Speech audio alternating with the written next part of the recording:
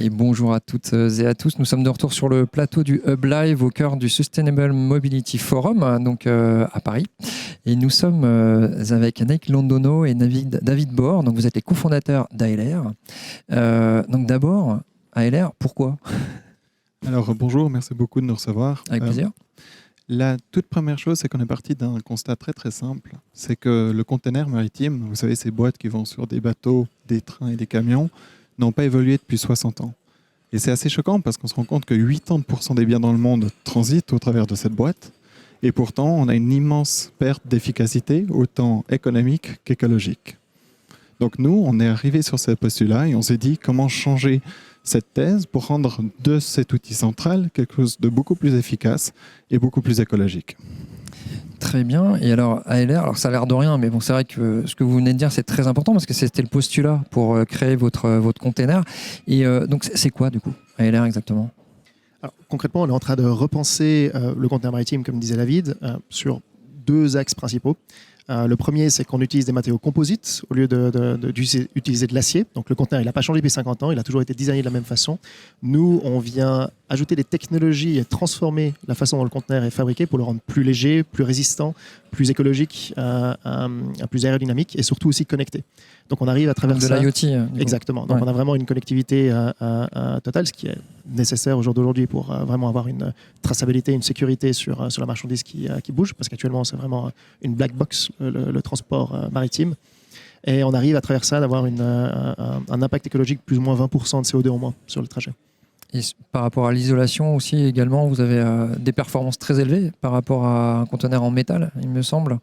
Exactement. Donc concrètement, l'isolation passive, quoi, qui est très. Exactement. Donc notre conteneur est un peu à mi-chemin. Donc concrètement, il est utilisé pour le transport de liquide en vrac, où on arrive à charger presque 20% de cargaison en plus dedans.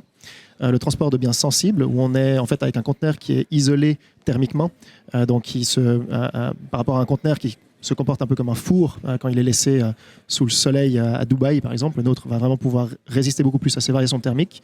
Et la dernière chose, c'est la partie sécurité, visibilité, qui, elle, pour les marchandises à haute valeur ajoutée, va être assez primordiale. Donc ça, c'est les trois secteurs sur lesquels on a une valeur ajoutée qui est opérationnelle, donc monétaire directement, qui apporte un avantage, en plus de l'avantage sustainability et visibilité.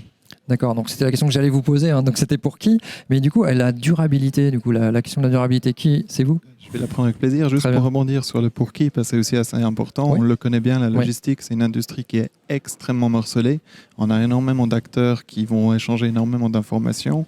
Et là, le concept du conteneur est très, très intéressant parce qu'au final, c'est l'outil central de la logistique. Ça signifie que ça fait le liant de tous ces acteurs. Et nous, les acteurs qu'on target en conséquence, ce sont les transporteurs directement, donc les DHL de ce monde, ou les shippers, ceux qui possèdent la cargaison. Typiquement, on a fait déjà actuellement pas simplement de transport avec des boîtes comme Procter & Gamble. Et pourquoi est-ce que ces clients sont comme ça intéressés par notre solution ?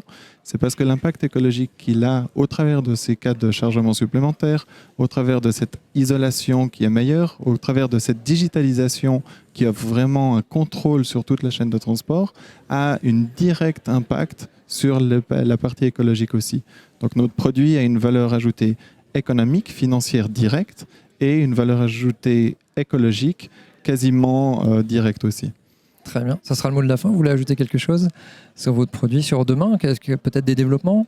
Vous avez des évolutions encore sur des prochains produits en container, peut-être ? Alors oui, de façon concrètement, on est en train de travailler vraiment sur la base, on va dire, technologique de l'industrie. Toute l'industrie a besoin de se transformer sur plusieurs axes. Actuellement, on commence vraiment à travailler avec comme disait David, avec les chargeurs, les cargo owners, comme on les appelle.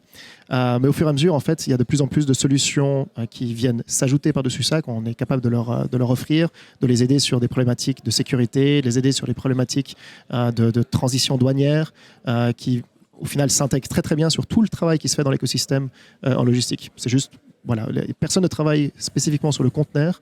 C'est pour ça qu'on vraiment on s'attarde dessus.